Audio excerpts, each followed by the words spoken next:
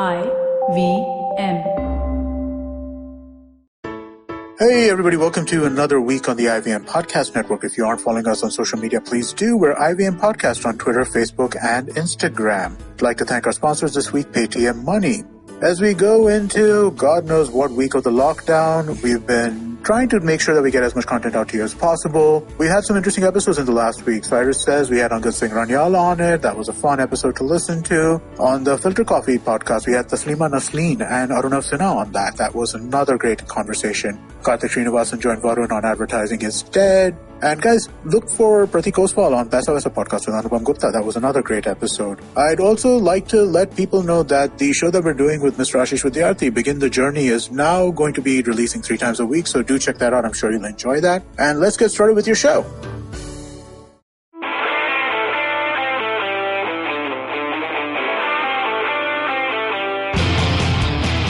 Hello, welcome to Football Twaddle. My name is Saru and I have Baru with me. Baru, what's up? What is up? All right. So last week we did a Manchester United Funky 11 and the best 11, whatever. The week before that, we did a Chelsea's best 11 under Roman Abramovich era, and we got a lot of stick for selecting Marcus Alonso as a left back and just ditching Ashley Cole because on moral grounds. That was the reason we gave. So to redeem Ashley Cole's career and put him back in some sort of 11, we have Sidin here with us. Hi, Sidin. Hey guys, what's up? Hello. Yes, and we are going to talk about the best Arsenal 11 post the Invincible era. Yes, I think that's a fair enough reflection of good, interesting names to come out. And that's how, let's start with it. So, as the format goes, Sidin and Baru, is that choose your players' names. Don't worry about formation.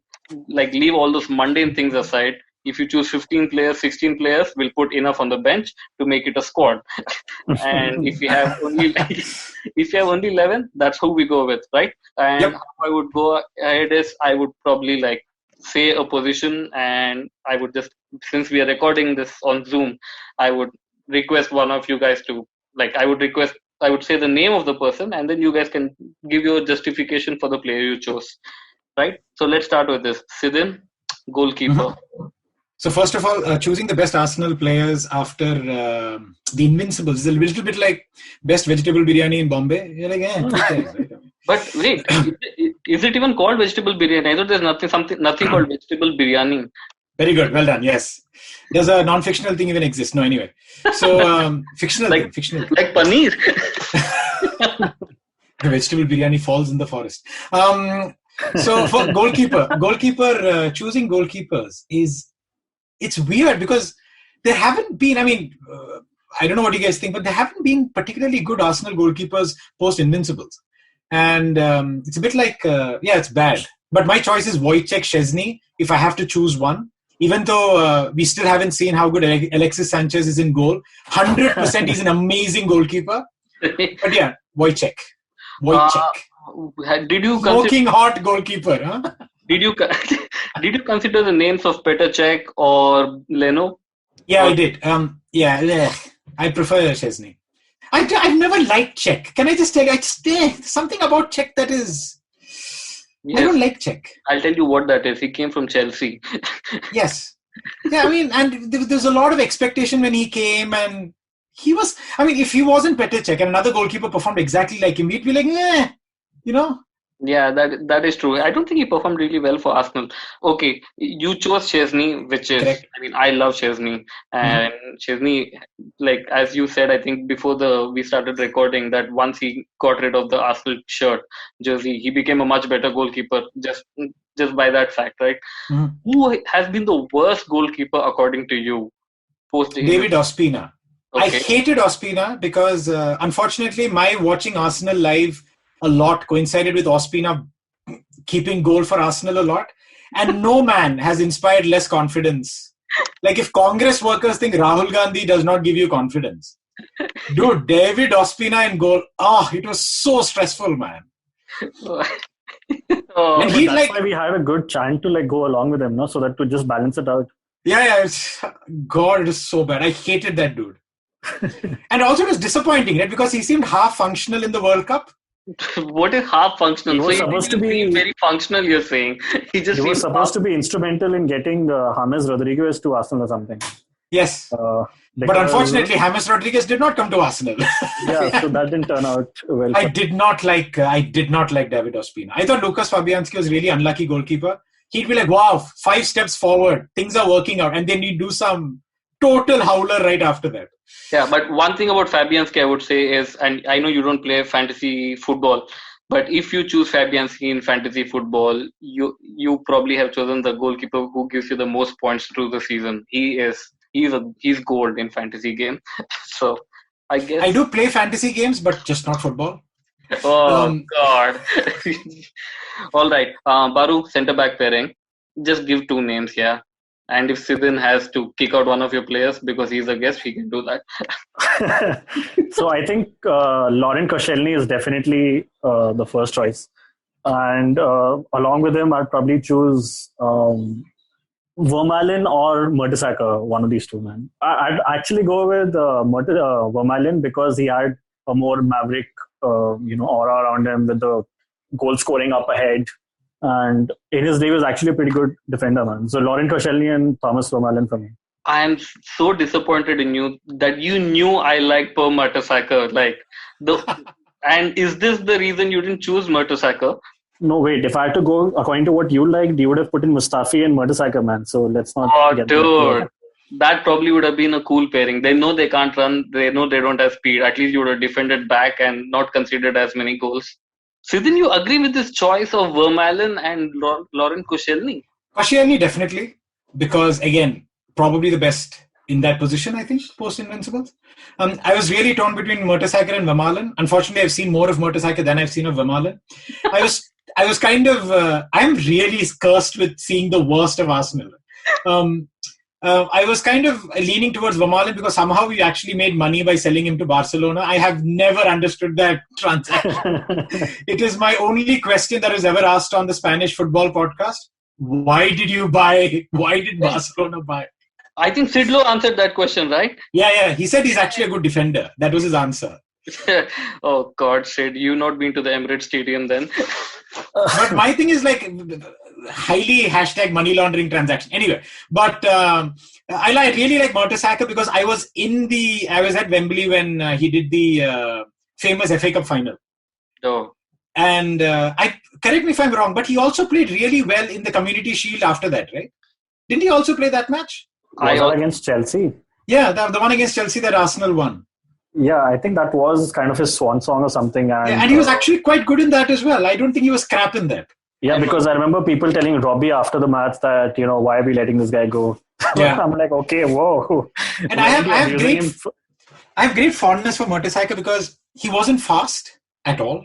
He was the least physical tall person I've met in my life. He's such a goody two-shoes. Nice guy is. Okay, such a sweet guy, right? I mean, the worst central defender combination of personality and physique, right? But somehow he got things to happen, right? He just somehow... I don't know if you've seen his Germany games. It was quite surprising why Arsenal bought him and there was such a big hype around him. He was quite bad for Germany as well. But he was reliable or consistent in what he does, which everyone knew, which was like 5 mistakes a game. But we know that these 5 will come at some point. Yeah. And also one of those players that Wenger seemed to like, which was reasonably okay players, maybe a 7 out of 10, but leader. Dude, he is a leader. He's a good leader. He had like 6 leaders in the 11, man. Yes. It's better than having 7 captains in the current era. So, whatever. I like Koscielny. Always had a habit of scoring very emotional goals and almost killing himself in the process of doing it. Yeah, I think after Martin Skrtel, Koscielny had the most injuries while playing on the field. Yeah. And poor guy. I mean, the way his Arsenal career ended, it was quite sad the way he had to force his move out and everything, but it was quite good. He played quite I remember when it started, like, when Koscielny and Schillaci and all these people came in, it was just a very weird, 1 year for me because suddenly there were all these new unpronounceable names that had come in and I was like, what is this team? Is this even my Arsenal, man, the one that you've been following? And something, very similar feeling just happened like last year when suddenly you had like Martinelli and Ceballos and, all these people walking around in Arsenal kits and you're like, what's happening again, man? But maybe it's really weird. Yes, it's just really weird. At least Baru, they stayed for long enough at Arsenal. We may kick out a keeper's name, we are still learning to pronounce it at Chelsea, and he may go out by the end of the season. So by the time we can say Arrizabalaga, he's out. Sounds like the capital of Ethiopia or something, man.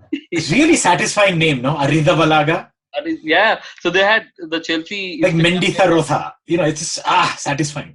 The Chelsea Instagram page had... Yeah, it's got like one extra syllable than Jahan Baksh, which is high, So that's why it just feels better. All right. Right back, Sidin. Sanya, no? Wasn't Sanya right back? Yes, he was. He was a pretty good one as well. Yes, good right back. Oh, dude, this is so easy. Like, the team writes its name on its own. Like that is because the team was bad, man. Like the thing we did when we did the Manchester United one, we said left wing mein kaun hai, and then people realized only Giggs played there for 20 years under Fergie, so there's no other player to even take name of. So they said, Nani can move from right to left probably. So is that the same situation with Sanya? He was there for 5-6 years, if I'm not wrong, right? Yeah, Sanya was there for 7 years. I think the only other option, if you look at talent for that position, was Hector Bellerin. Because we have seen, like, at least this is something that is going to be so repeated in this podcast. Before his injury, yes, that phase. So let's just shorten that to BHI. So BHI Bellerin was like top class. He was actually so good. The metric for defining someone's value back then used to be that if Barcelona want him, and that is what Hector Bellerin was, VHI. And so I think he was a pretty good option. And apart from that, no one else really made the thing. We had a main in that position, Eboué, but that didn't work out. Oh. Apart from the laughs, he didn't really get much to us. Yeah. Sidin, what do you make of the whole situation at Arsenal where they thought Hector Bellerin can negotiate with the club for Ozil's wages? I find that it's very unsavory. It's amazing how Arsenal will always do 90% of something correct, but the 10% they screw up will destroy everything. And invariably Ozil will be involved in that 10%. The risk to reward is very it's so weird, man. And also, to be completely fair, I've been trying to avoid this whole thing partly because nothing else is happening. So media outlets need something to kind of keep amping up interest in the news. I have some sympathy for what Ozil says, but clearly the guy is being thrown under the bus right now. He just cannot disagree with anything. Definitely. And he has a very abrasive management team from everything I've heard. Oh, you should. I mean, I don't know if we should be promoting other podcasts, but The Athletic has a podcast called the German Football Podcast, where they interviewed the agent of Mesut Ozil, and he goes and explains in quite a detail about what negotiations are taking place in the clubs and what are the pitfalls and everything. From whatever little I read, it looks like the clubs basically are taking players to take a haircut on their salary or defer salary, but Arsenal, I think, went ahead and told for 3-4 months they wanted to take a haircut, but Arsenal went ahead and told its players that you take a salary reduction for a period of 1 year or something of that sort. 12.5% cut for 1 year, I think. Yeah, which is okay. Let's not get into how much they earn and everything, but it seems like that negotiation has to happen for longer. Then it can't just be resolved in one meeting. And surprisingly, a lot of people fell in line with that, right?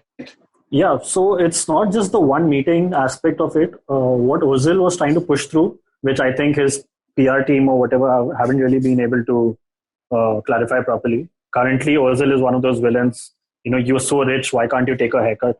Kind of people right now. But what he was trying to push was, I want this on paper. You need to be a little more clear about how you're going to spend all of this money that you're getting from these pay cuts. Who is it going to go through? Is it going to go to charity? Is it going to go to support, the staff at Arsenal?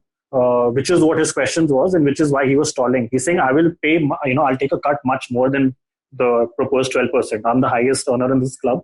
I'll take a much higher cut, but I just need things to be clear. Which is not the case. When people are being at least which seems like a fair request to me.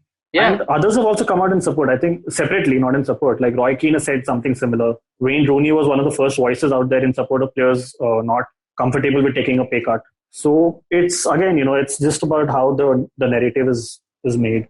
Yeah, And I think Wayne Rooney also talked about how the tax they pay on it. The tax differential alone might actually make it value neutral or value negative. Oh, okay. Yes. And it's so not only just the players, but also it has like tax implications for the club itself, right? Which people are not like really looking into right now. Yes. And it's amazing plus, I think, how billionaires are coming out as good guys in this whole thing. No one's asking them. So a major point that I think everyone just forgets about when this whole discussions about footballer is so rich and all is the shelf life of a footballer or the earning life, so to speak, which really does not get accounted when you're just arguing about pay cuts and stuff right now. Not everyone has a very well-backed financial plan for the future. You'll have people like I don't know, Dennis Rodman just away on drugs or something.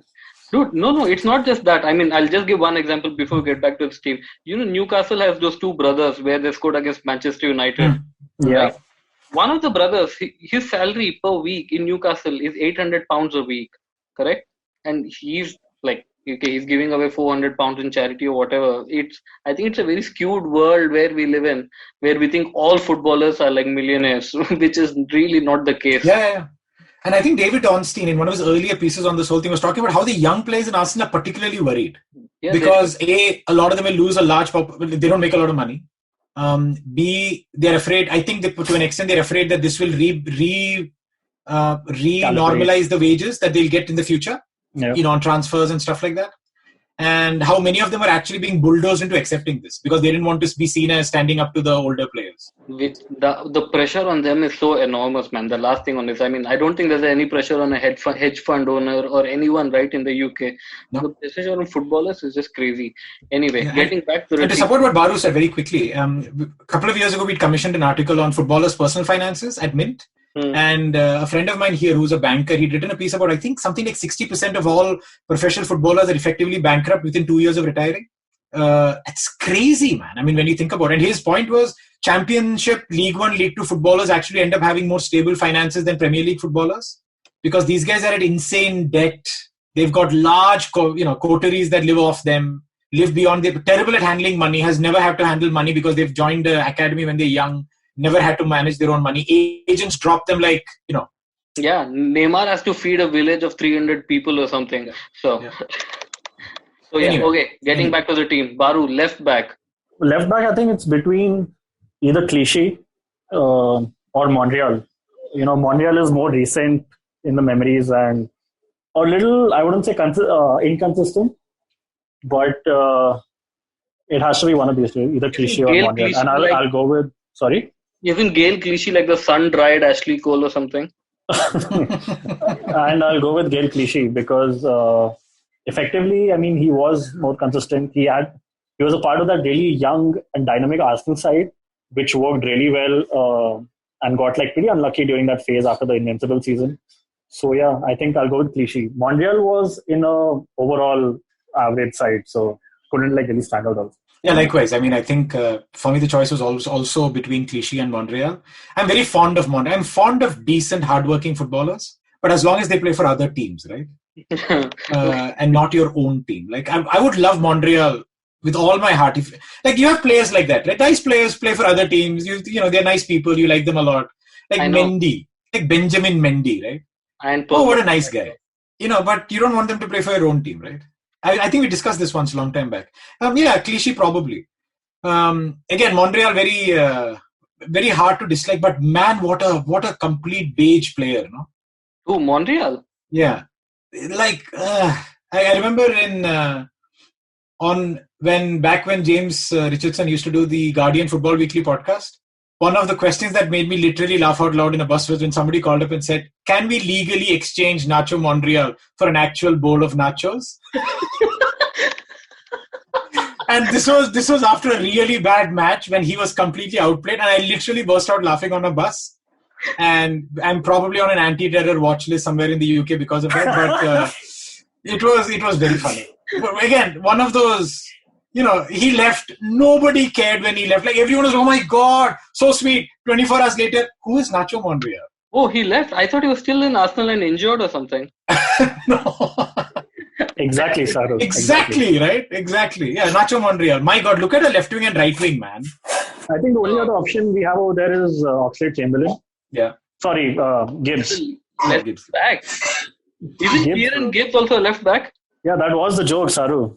Oh, I didn't hear. Your connection is so bad. Oh man, I should switch to Geo. Where does that dude? That dude was a right back, right? Arey, the guy who went to that British kid, the lifelong Arsenal fan. I completely forgot his name. Jenkinson. Jenkinson. He was at West Ham, if I am not wrong, for some time. Yeah. He was right back, right? Dude, no one cares. Centre back, right back. Vaguely in the right. Would run very hard. When Debussy had come. Yes. And BHI. BHI Debussy was like so good. But he got injured and suddenly it's like he injured his head or something. I don't know what happened to him, man. It became so bad. Exits Arsenal, so goes from BHI, he goes into played better in another shirt, 11. Yeah. And was he like in the team of the season or something? In France. Yeah. The next season he was in the team of the season. Yeah. Oh, that's so bizarre. cool. By the way, guys, Carl Jenkinson now plays for Nottingham Forest. Yes, yeah. Baru, you remember that famous photograph, right? Project Youth. Oh, with your Henry Lansbury and everyone in it. Yeah, the one with Gibbs. For the next generation. Gibbs, Jenkinson, was it Wiltshire? There's one photo with all of them signing together, if I remember. Anyway. The five in a row sitting in. The five in a row. Project Youth. Walcott had renewed his thing. I think Ramsey was a part of that. I remember the generation before that, when these guys were all still in the youth. So Wiltshire, Henry Lansbury. But this is after David Bentley, right? This is after Bentley. 2 seasons or 3 seasons after Bentley. Yeah. And Nico Yenares, all of these guys. Ozan, Oziakub, all of these guys are like just set for the future. And everyone's like, bro, we are, this is the future. We're still waiting for that. My God. Every once in a while, I'll go down this rabbit hole of what happened to them browsing. Where is Sanchez what now? Yeah, Kerala Blasters. That's sad. Nico Yenares, my God, so exciting. Remember when we met at London Colney, we all lost our shit because we saw Gideon Zelalem walking by. Yeah. Zelalem looks like a proper Ethiopian marathoner, man. Yeah. Where is he now? America, no? Yeah, he MLS, is American. Right? He is American. Yeah. But I'm not sure which club is he in right now. MLS. Why would he go to the MLS though? Like, it sounds too soon. Like, I have no idea. Dude, it's not about being soon or not. It's about finding happiness in life and not being abused day in and day out. So if he he's with New York City FC right now. Good life, why not? And New York City is a good club, man. German-born American professional. Yes. And there was in fact, briefly, I think there's a whole argument. Will he play for America? Will he play for Germany? Can he play for the UK? And now he plays for no one. Sounds like such a Zaha argument, man. No. All right. So midfield. Let's go with how many midfielders? So let me put it this way. Why don't both of you just give your list of midfielders? Because I don't know you want to choose 2, 3, 4, whatever. I'm assuming all of you have only one striker in mind, both of you. So just fill your midfield in and then we can talk about those midfielders. So Sidin, why don't you just give the midfielders? If Baru has to chime in, he will. So I have 6 of them. I have Ozil, Ramsey, Arteta, Fabregas, Sanchez and Santi Cazorla. Dude, what a midfield. Oh my God, just thinking about it. Yeah, very exciting. You will not win anything. No, come on. No, I'm being unfair. Sanchez alone could win every tournament in the world if he wanted to. But that's what Jose taught. Dude, anyway, let's not get into that. Baru, yours? I think I'd probably add someone like, because this is a very forward-facing thing, man. I mean, it needs someone like a Flamini or a Diaby, probably someone to just anchor it, at the back also. So probably Diaby or, again, Diaby BHI. Diaby, probably Diaby or Flamini. I'll use one of these guys over there. I really want to keep Rosicky somewhere inside because Rosicky and Cazorla are like my all-time. Yes. Wait, but to be really fair, Rosicky was injured like 80% of his Arsenal career. I know, so he's probably still 25 in footballing terms, right? No, he's not. He said that on his own, remember? He's a reverse dog. Exactly. So yeah, one of these guys. I mean, you'll have to choose. I wouldn't take Arteta, but Diaby at his peak, either Diaby, because he was like a like for like Vieira replacement. mentally, not not couldn't size up physically. Yeah. We all led Flamini, one of those guys, man. I mean, they were got that that bite into that midfield. Remember that 2008, 2009 side Eduardo BHI? So Oh God. But one thing I would say about Flamini is that, we find a lot of Arsenal players who, after they leave Arsenal, play better. Flamini just became worse. He became probably a good venture capitalist, but he became worse as a footballer. So he became richer. Yeah, he became rich and bad. Yeah, and that's an interesting topic for an episode itself. Players who kind of go out of a system and just completely lose everything, lose their mojo. You can say the same thing for Leb, but statistically, like if you look at the trophies he won, it does not paint the same picture. He won like the sextuple sitting on the bench at Barca. So, but I mean, genuinely, Baru, when you look at that midfield, and somebody told you, okay, these are 7 people who've played in the midfield for one club in one period, you'd be like, show me the trophies, right? Yeah. Yeah, at least show the Community Shield, if not anything. Dude, I mean, the names you said, Sidin, you looking at Arteta, Cazorla, Ozil, what did you say, Sanchez, and Ramsey. Come on, that's... Dude. And Fabregas, dude. Good Fabregas is actually like the first midfielder who should be in this side. Oh, so have you forgiven Fabregas? It's not about forgiving, man. It's just that guy, at the end of the day, he was Arsenal DNA, man. I mean, he enters Chelsea and the first thing he does is like, glint of what he did at Arsenal. So you guys because that was normal for us. Chelsea fans still they talk about like, oh wow, what a pass. Okay, so what's your point? My point is that he was he had the capability to be the next probably Mr. Arsenal if I had to give a name to it, but it just didn't turn out. But talent wise, he's still one of the best players who ever played for Arsenal. Also, in some sense, a lead indicator of what Arsenal was going to become, right? Which is always a club that had 1 or 2 good people, but just not enough people to win anything. True. Yeah. And that's that loop. That's a decade-long loop that I think the club was stuck in. Because we had all of these players, man, like Wilshere, Ramsey. Okay, he did break out. He was, I think, our player of the season for 2 years in a row or something. Ramsey was amazing. Ozil, on his day, dude. Unbelievable player. If Giroud played a little better in the 15-16 season, Ozil would probably have made an assist record, which would have been quite unbeatable for quite a long time. And truly a player who TV does not do justice to, Mesut Ozil. I've never seen a player you see very rarely, right? I see a match live and then I see it recorded, and completely different. Ozil is a completely different player on live. Absolutely. So this is something I think Kumar and Saru noticed at the World Cup, and I noticed when we had gone for that Chelsea match at the Emirates. Yeah, that is the first time I saw him just move, just gliding to the right position at the right time, and the ball would just be there. Yeah, and his ability to stretch the back line, reshape their defense, just wonderful. So smart, man. So good, yeah. Saru, I mean, you want to talk about what he did in France, in Russia, right? In Russia, oh my God. It, like you said, so true, Sidin. TV just does not do justice to Ozil. Like how TV does not do justice to the entire sport of tennis, right? So it does not do justice to Ozil. And what we saw in the World Cup was the amount of space he creates. It's for other players. It's unbelievable. That was the first time Kumar and I actually saw Ozil play. He ended up the game as a defensive midfielder, so no one could even complain about the work rate.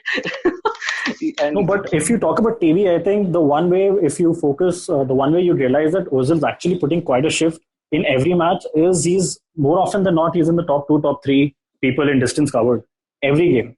Yeah, but no, I think what people mean is that, they don't want someone looking lazy and running. Yeah, he's not visibly, running around like...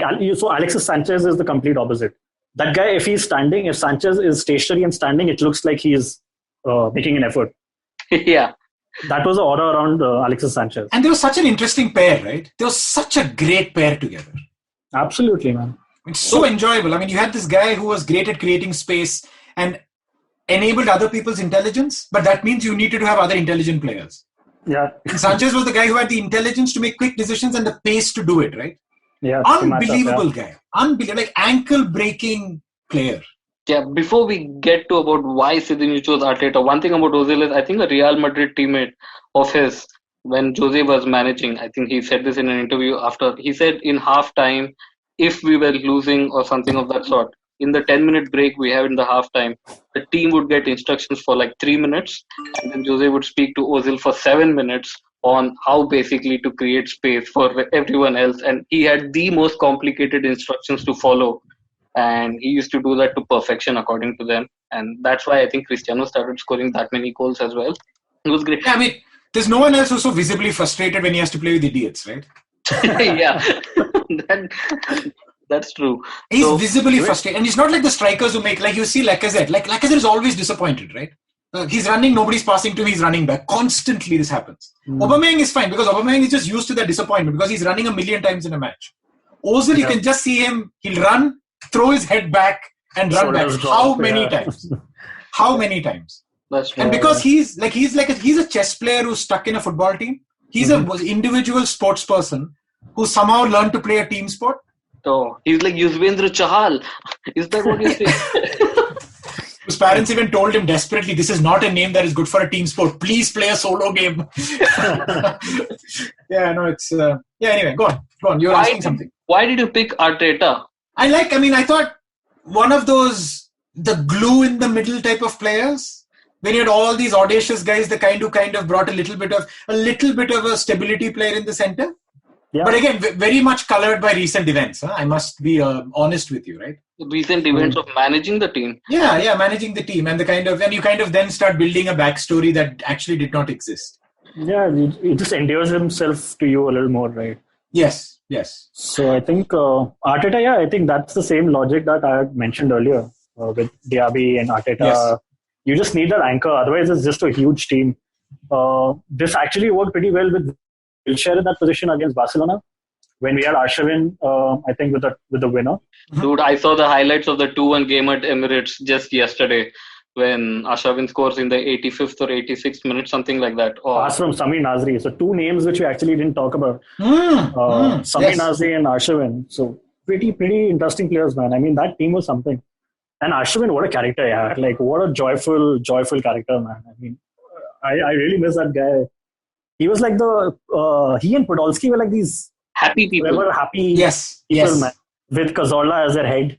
It was like this small tribe that they had in Arsenal. Yes. Like Happy FC or something. Santi Cazorla, dude. I mean, like, what a guy, man. Like, to this day. Huh?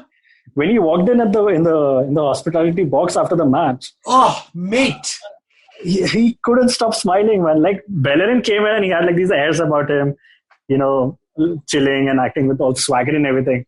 But Cazorla was so down to earth and just smiling and exuding, positivity, and what a player, man.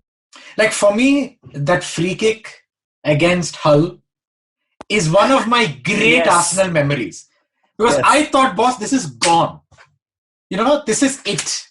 The stadium is built on some burial ground. It is bloody Manglik. Oh, man. But that and the thing is, and his celebration is so like, okay, this is phase 1 in a 3-phase comeback. What a great player, man. No one turns with a football like Santi Cazorla could turn with a football. Huh? Yep. Low center of gravity. Yeah, something is going to happen. Something is going to happen. What is going to happen? I don't think there's one person on earth who hates Santi Cazorla.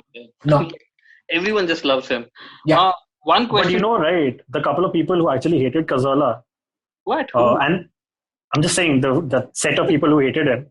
And then he got injured and, tore his Achilles and, tendon and everything. Yeah, even they started loving him. Then they're like, yaar, bichare ke saath ye bhi ho gaya. He had to cut his daughter's name out of his arm and put it into his feet. So now there's actually 0 people. Like Baru, I mean, if anyone who gets injured that badly and had to go through what he did and people still hate him for it, I don't think you should be friends with such guys. They're not very good people, man. I'm just saying, now there are 0 people, man. Sidin, a question for you before we move to the forward. Why is a very rich club like Arsenal, why couldn't they afford 2 people in 300,000 per week salary bracket? I didn't know that their financial situation was that bad that it was either Ozil or Sanchez. Why even make that choice? This comes to my in fact now I will spoil it. My actual most valuable player for Arsenal in the post Invincible era is whoever managed to make this club have won a top 5, top 10 income during a period in which it won exactly as Vishwa Kalyan Rath would say, it won 30. Right? Genuinely, right? I don't think people understand the gravity of their achievement. It was by far the richest unsuccessful sporting entity in the world. Yeah, which is quite surprising. It is unbelievable how much money they made without winning anything. Oh, but like Anna Kournikova and then Arsenal, right? Wait, but there's an argument. But Anna got she won contracts in Enrique's music videos, right? So yeah, okay, I mean, yes. And our music videos were not particularly very good. But I mean, Enrique didn't stick around. There's an argument to be made that Arsenal's commercial team, to use your words or Biswa's words, is tutty. That a club monetizes things so badly that a club which could have been richer is still not that rich, and they're quite poor still. This is a conversation I think I've had with Baru before, maybe even with you, Saru. Is Arsenal was very unlucky, right? Arsenal invested in things like a training ground and a modern stadium and so on at a period when it thought that this would be a competitive advantage. Yeah. And immediately it had all this foreign money coming in. And within 5 years, nobody cared. This was meaningless. None of these things. So I think the great tragedy is Wenger came in and took it to a different level. But then by the time he went back, that advantage is gone. Arsenal is just... So Arsenal of pre-Wenger to, you know what I mean? The relative position of Arsenal in the league is unchanged. Yep. It does not make more money than other clubs. It does not have infrastructure that is substantially better than many other clubs have. None of those things. He actually left a club relatively in exactly the position it was. Which is quite sad given what... It's really sad. Really sad. Well, and simply because they wouldn't invest when they should have. Yeah, before we get to the striker, you said MVP is whoever, right? So there must be a name to this, assigned to this person, right? Or there's no name assigned. I mean, how long has Vinay Venkatesham been around? Let's just blame him, man. He has been around for quite a while, actually. I'm always in favor of blaming the Tamilian if something goes wrong. So I'm on I'm on board. With as a Kannadiga, I will say yes. We're single-handedly going to spawn a whole bunch of Tamil Arsenal podcasts. Vinay is going to ask, can I get a glass of water? And Sarah's going to be like, no. I have... No, you should take it close to him and then take it back. Oh, man. So, yeah, but what an achievement. I genuinely, one of the great sporting achievements. Is to be as rich as Arsenal is winning scant. Yes. And also... a club that how many other clubs even care for debt right now? It all looks stupid today, right? The obsession with servicing debt, with with keeping money around, with managing wage bills, with the day Wenger said fourth place is like a trophy is when we essentially shot ourselves in the foot. Yes. One thing, isn't Tottenham earning way more money than Arsenal in terms of revenue? Yep, now they are. Yeah. Right? So, to answer your point, Sidin, I mean, I take everything you're saying, but if you want a more unsuccessful club with more revenue, there you have it. That's Tottenham. Yeah. Tottenham beat Arsenal in that as well. Yes. Crazy, right? Oh, crazy. God.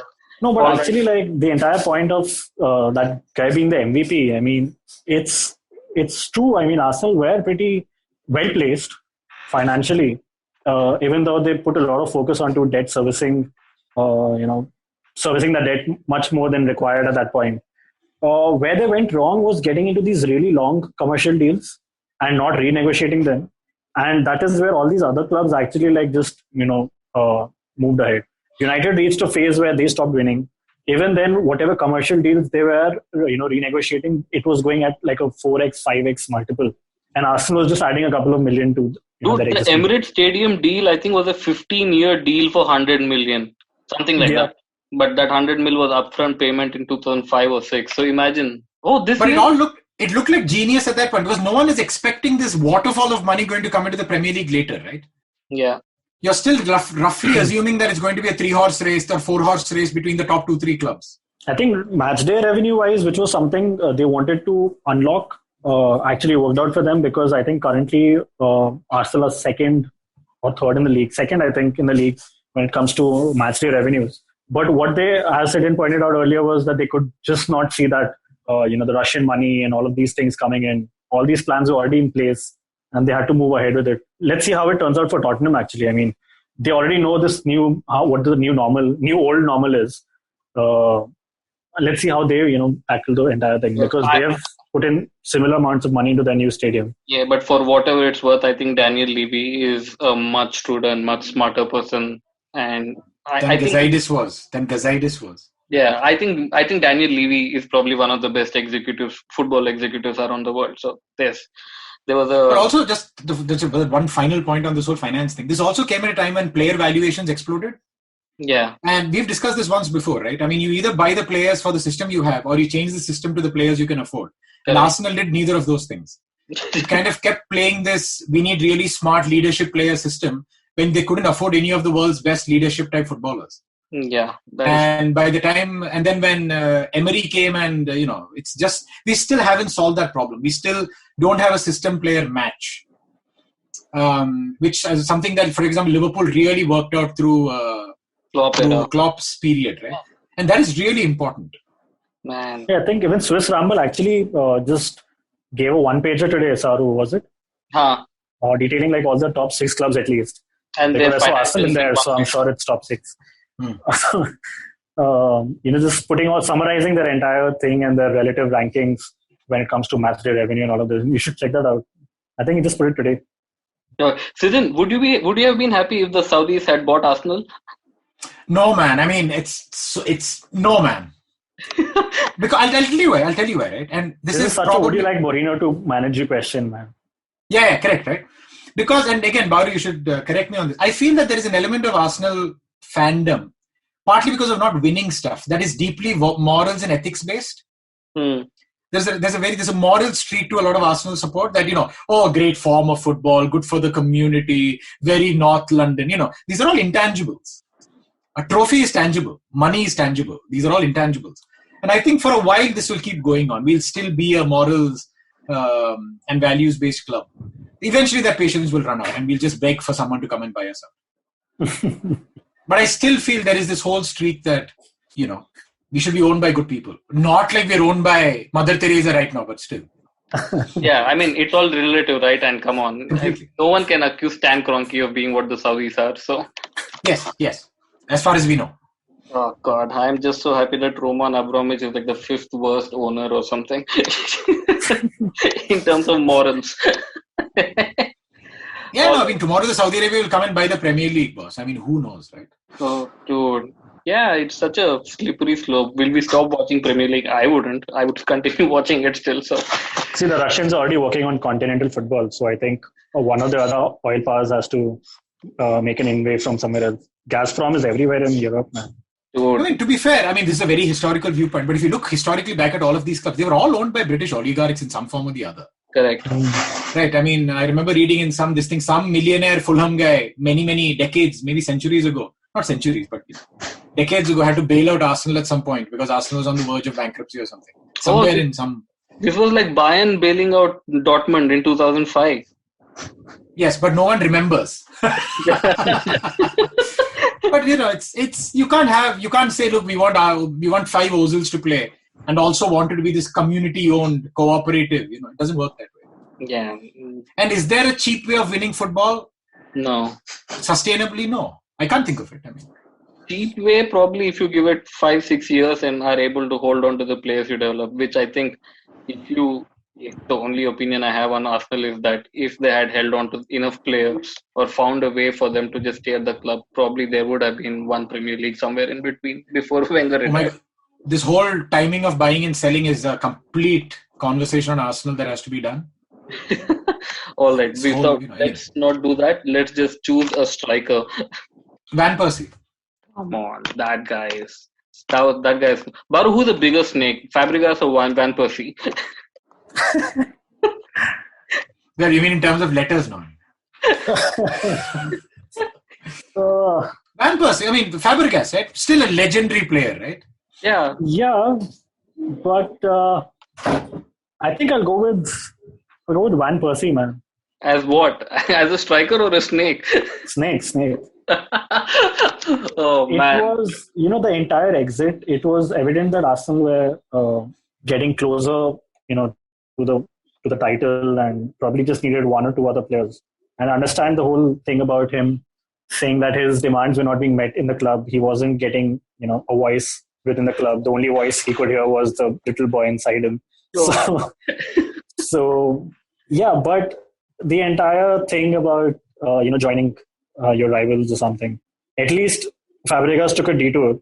And even when he came back, he did apparently want to join Arsenal, and Wenger was the one who shut the door on him. But I think I'll go with Van Persie as the biggest snake. But that is not the question over here. Oh, you asked biggest snake. Yeah, so... Oh, sorry, I thought biggest name. Anyway, yeah, go on, yeah. No, Van Persie, right? Not striker. Would you Sidin thought we were discussing a bigger name. Yeah. I was like, okay. No, Snake. Snake. Van Persie, definitely. My God. All right. Baru, would you like to say Giroud? Again, tragically for me, this happened just as I moved next to the Arsenal. I think, Sidin, you should just move out of London. It would do world of good for Arsenal, probably.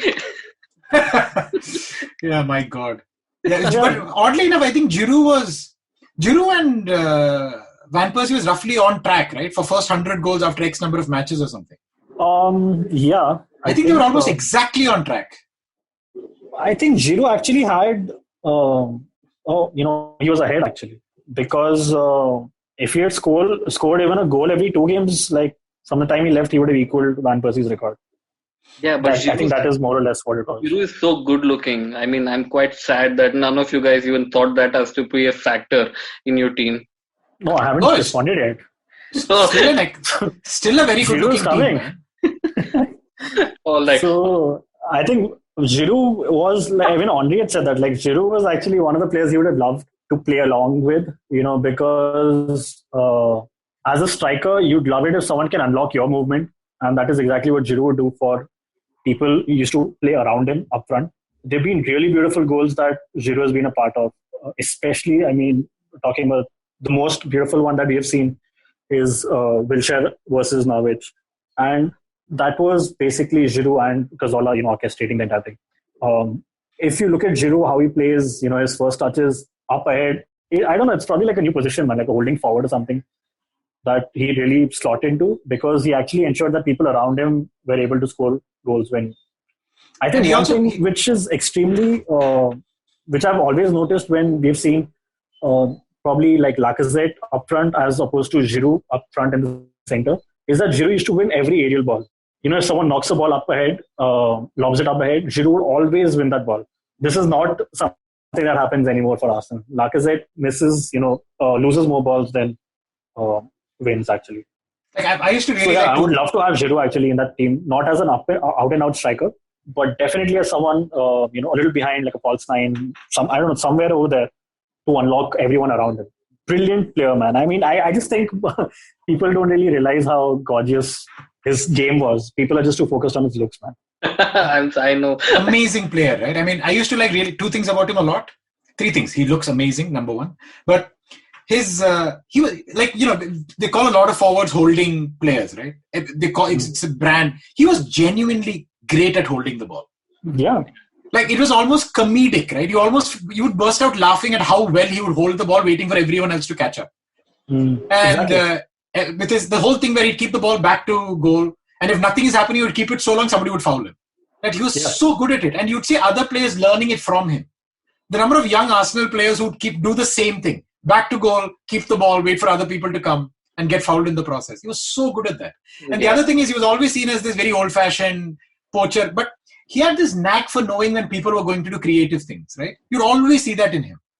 Right? I remember this goal. I don't remember who it was, where Ozil was in the circle, high ball comes in, and Ozil kind of flicks it behind without looking. Yeah. And Giroud runs, gets the ball, doesn't have a lot of pace, but manages to get a goal. Do you remember which match that was against? West Ham, I think. I think it was West Ham. And he actually fluffed it first. Yes. And then he managed to finish it. Because you're like, oh, what a ball from Ozil. Yes. And then Giroud gets it and you're just so excited. And then he fluffs it and you're like, no, man, not again. And you'd see him. He manages to finish it. And all these little flicks, or there's a clever little plays by Ozil and even Sanchez and the other plays. You'd sometimes see that he's read it, but he doesn't have the pace to get there. So I see this so often. He used to also be one of those players who would get those flicks going, man. Yes, very good player. Really nice player. mentally, I think he was a really intelligent player. The only reason to probably not, choose him consistently in an Arsenal 11 would be how he actually let Ozil down in the 15-16 season, where we could easily like scored millions of goals, but started the season so well and then just tapered off completely. But yeah, that was just that's that, I think. Very, very good player, likable player. I used to enjoy watching him very much. Again, a real nice player to watch live. Yeah. One of those clever players who are 8 on 10 on everything, so they have to be smart in the way they play. Nice player to watch. Cool. Sidin, your honorable mentions, Jaldi. Walcott and Wilshere. Oh, God. Walcott, Wilshere. Like sometimes you used to feel in the audience that you're putting in more effort than Walcott at wanting him to win. Now Evertonians feel that. You're like, run! Like, Walcott, do something! But Walcott runs pretty quick, no? I mean... Used to. I remember that... was this also BHI? No. Oh, actually, yeah. Because his BHI was very visual. Being stretched off against 2-0 up at Tottenham. Sorry, at Arsenal, but against Tottenham. And, he had held up the 2-0 thing on his hands. And I think, that was the beginning of the end of his pace for him. Because, oh my God, Walcott, when he, pun unintended, but when he burst onto the scene, my God, I think he was consistently one of the fastest guys on FIFA also, before it got replaced by Hector Bellerin. But Walcott was something else when he was a kid, man. I remember especially that loss to Liverpool, was it? In the Champions League semis, maybe? Arsenal lost, I think, 3-4 or 3-5. And this was the equalizer for the third goal. Liverpool was attacking at Arsenal's end. Walcott gets the ball somewhere off the edge of RD, runs across the pitch, cuts, I think 4 defenders or something, takes it to the edge, like full Gervinho style, takes it to the byline, and then just cuts in the cross for, I think, Adebayor was it, and goal. Arsenal like level on terms. And then we lose the match anyway. I think it was Dirk Kuyt or someone who managed to win it for them. Oh. But yeah, that was Walcott in a nutshell, man. And he's always had these, somebody just mentioned this on one of our groups the other day, like a highlight reel player.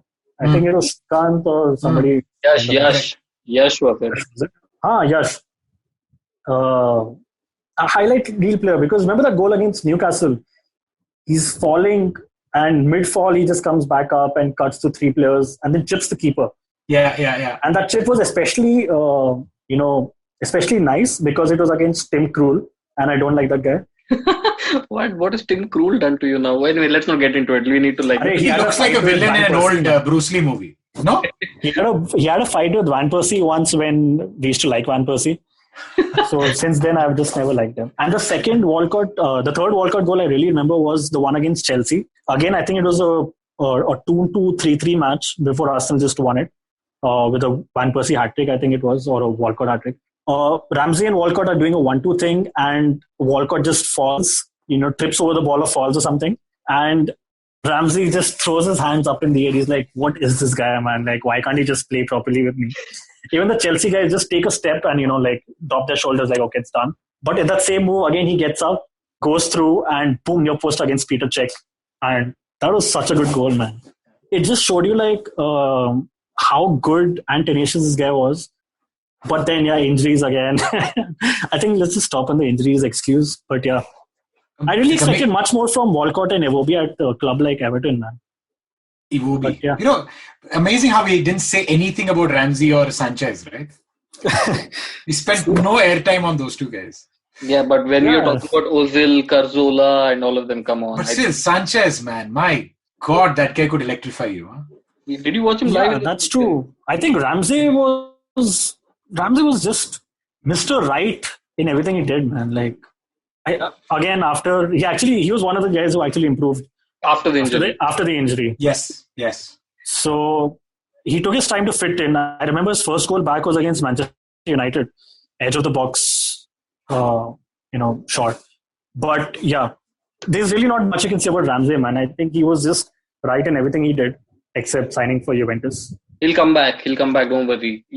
Arsenal will make money on that transfer. What, it's going to be like a Pogba thing, is it?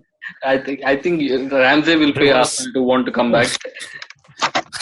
And finally, my one I have to put in this. Another one of my favorite Arsenal memories, in addition to Cazorla's free kick, is Shea Given sitting on the floor and smiling after Alexis Sanchez's thunder bastard of a goal in the FA Cup final. Do you guys remember?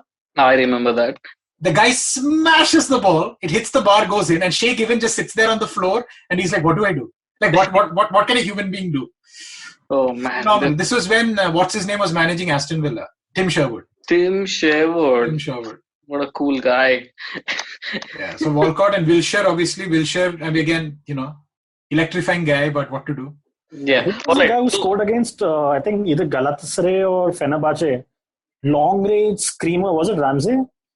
He jabbed it, jabbed it downwards and goes like screaming into the top left corner. It was either Oxlade-Chamberlain or Aaron Ramsey, man. I think that was one of the best goals I've seen from an Arsenal midfielder, man. All right, guys. I'll probably share it on our Twitter account later. Please do, Baru. We are now running overtime here. So last two questions. Thanks for the team season. The first question to you is, which player do you think should not have got injured as much as he did in Arsenal? And you probably would have seen his true potential if he did not get that many injuries. Oh my God! Again, so many BHIs. Choose one. Diaby, right? Absolutely.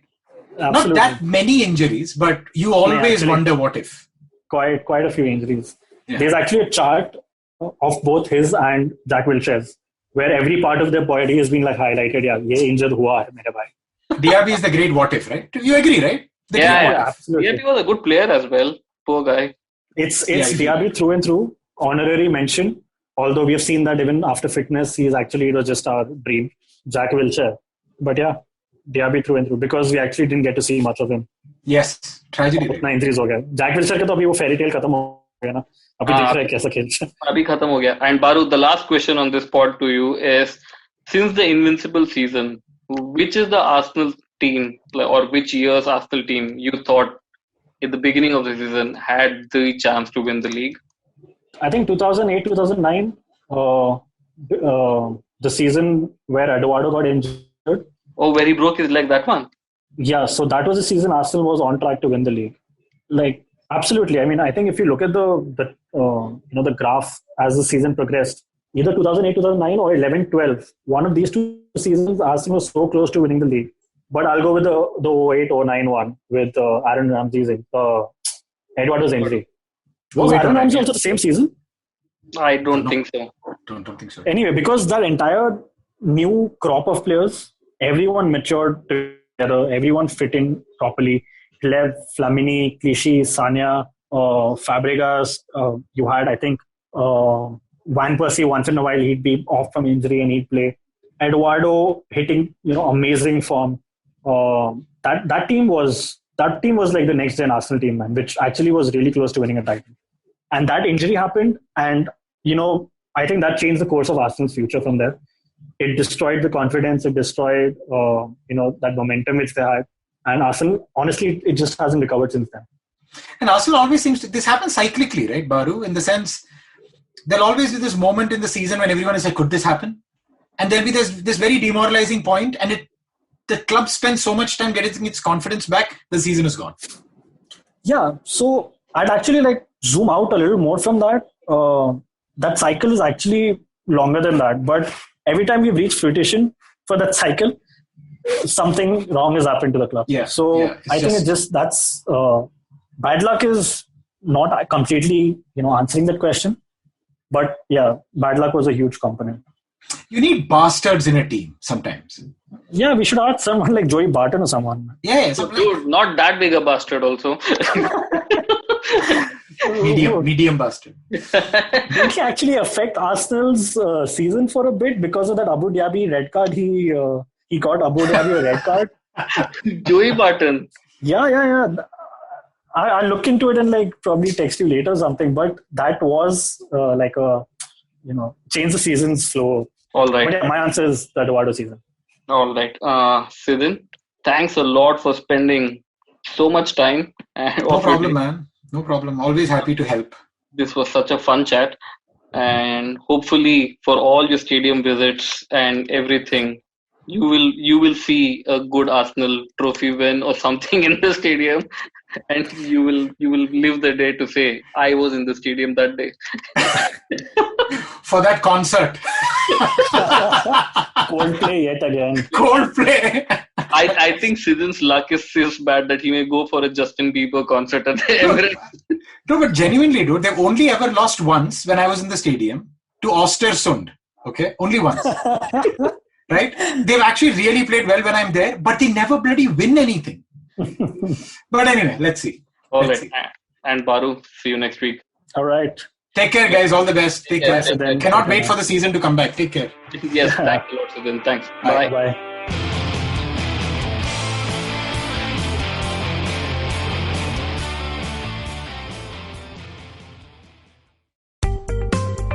Hi, my name is Anupam Gupta. I'm B50 on Twitter. I am the host of Paisa Vaisa, the show that talks money.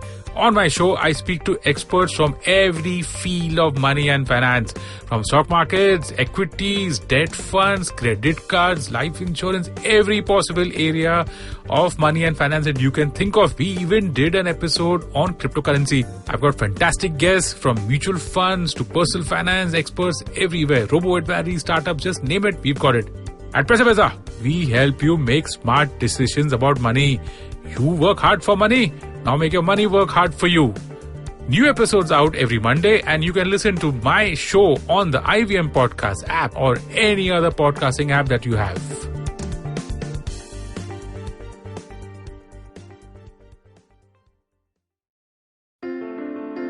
Entertainment is like food for the brain. It's a window to culture and a great way to understand the world around us. The internet has changed what it means to be an entertainer, creating new storytellers with millions of fans. It has spawned a new breed, the story sellers, those behind the scenes creating the business for this ecosystem. They work with brands, platforms and channels who are keen to capitalize on an audience hungrier than ever for more stories. I'm Vineet Kanabar, and I have a ringside view to how stories are told and sold. On my show, I bring you creators, artists, executives, and marketers for a freewheeling conversation around the business of entertainment. Tune in to Storytellers and Story Sellers for personal stories, analysis, and criticism every Thursdays as I talk to the brightest minds telling or selling great stories today.